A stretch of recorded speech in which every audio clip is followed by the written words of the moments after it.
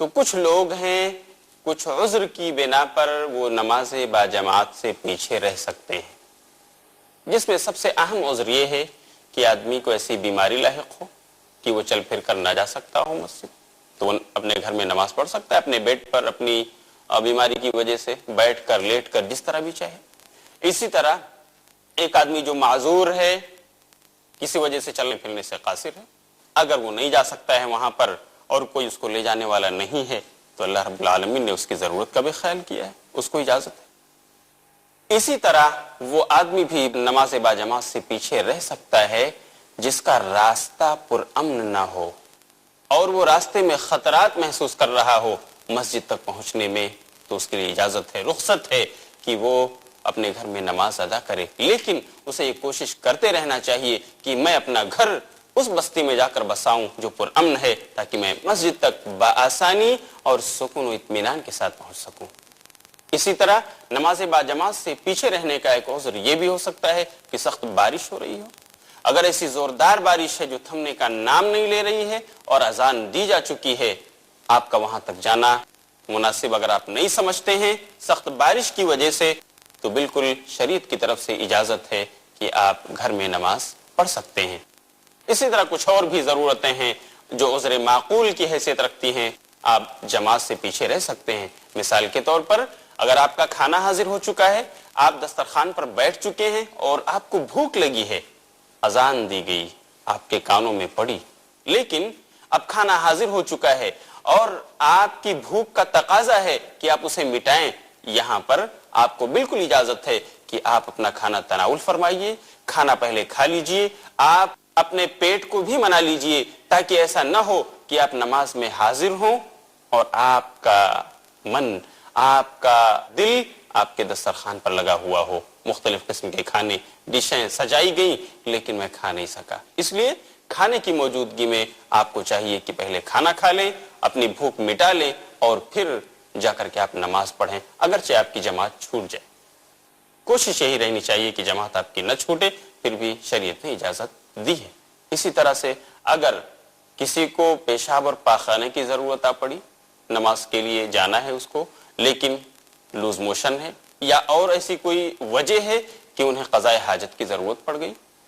تو ضروری ہے کہ پہلے وہ انسان اپنی ضرورت پوری کر لے، پیشاب اور پاخانے سے فارغ ہو جائے اور اس کے بعد وہ نماز کے لیے جائے، تاکہ اس کی نماز میں خشوع خضوع ہو۔ ایسا نہ ہو کہ اسے پیشاب لگی ہوئی ہے، اسے پاخانے کی حاجت ہے، لیکن اس کے باوجود وہ بس جماعت کے لیے جا رہا ہے، تو ٹھیک ہے جماعت تو اسے مل گئی لیکن خشوع خضوع کہاں رہا؟ گویا کہ ٹوائلٹ میں اس کا من لگا ہوا ہے، کب میں فارغ ہوں اور بھاگ کر کے میں وہاں جاؤں اپنی ضرورت پوری کروں۔ اس لیے شریعت نے اس موقع پر بھی اجازت دی ہے کہ آپ اپنی ضرورت قضاء حاجت کر لیجئے، پیشاب پاخانے سے فارغ ہو جائیے، اگرچہ کہ آپ کی جماعت کسی وجہ سے چھوٹ جائے، آپ کو دیر لگ جائے،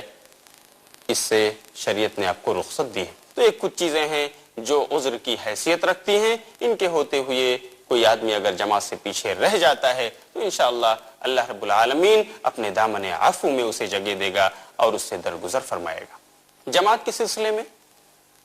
کہ وہ کتنا اہم ہے، اس کا اہتمام کس قدر اہم ہے،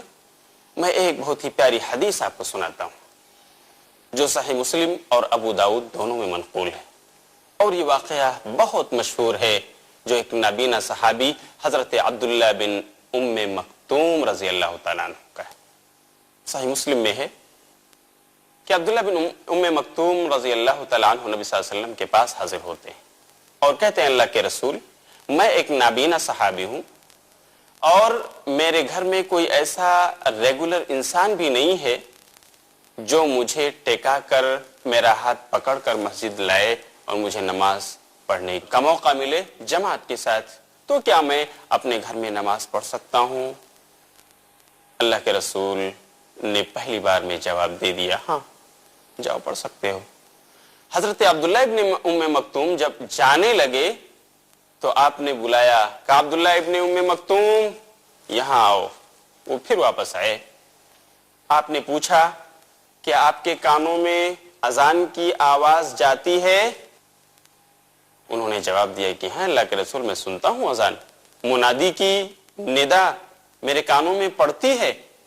تب آپ نے فرمایا پھر جماعت میں حاضر ہونا ضروری ہے۔ مسجد آؤ، یہاں آ کر نماز پڑھو۔ انہوں نے کہا اللہ کے رسول،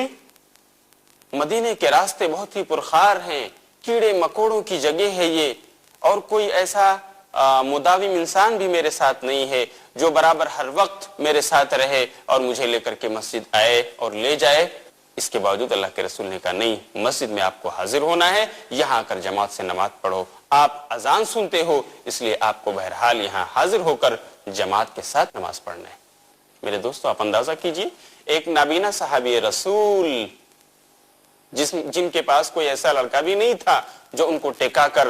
اور مسجد لے جاتا، ان کو راہ بتاتا اور واپس لاتا، اس کے باوجود اللہ کے رسول نے کہا اگر تم اذان سنتے ہو، اس کی ندا تمہارے کانوں میں پڑتی ہے تو جماعت میں حاضر ہونا ضروری ہے۔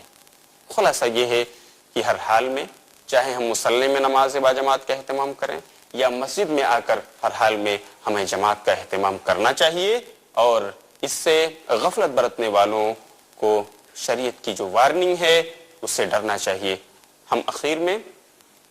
اللہ رب العالمین سے دعا کریں گے کہ اللہ، ابھی تک ہم نے جو کچھ نماز چھوڑنے کے تعلق سے بیان کیا، ہم سب کو اس کے مطابق عمل کرنے کی توفیق عطا فرمائے۔ انشاءاللہ اگلی نشست میں ہم آپ کو بتائیں گے کہ زکوٰۃ کی اہمیت کیا ہے، اور جس پر زکوٰۃ فرض ہو چکی ہے وہ فرض ہونے کے باوجود اسے ادا نہیں کر رہا تو اس کا کیا حکم ہے اور یہ کتنا بڑا گناہ ہے۔ تب تک کے لیے انتظار کیجئے، ہم آپ سے اجازت چاہتے ہیں۔ وآخر دعوانا ان الحمد للہ رب العالمین، والسلام علیکم ورحمۃ اللہ وبرکاتہ۔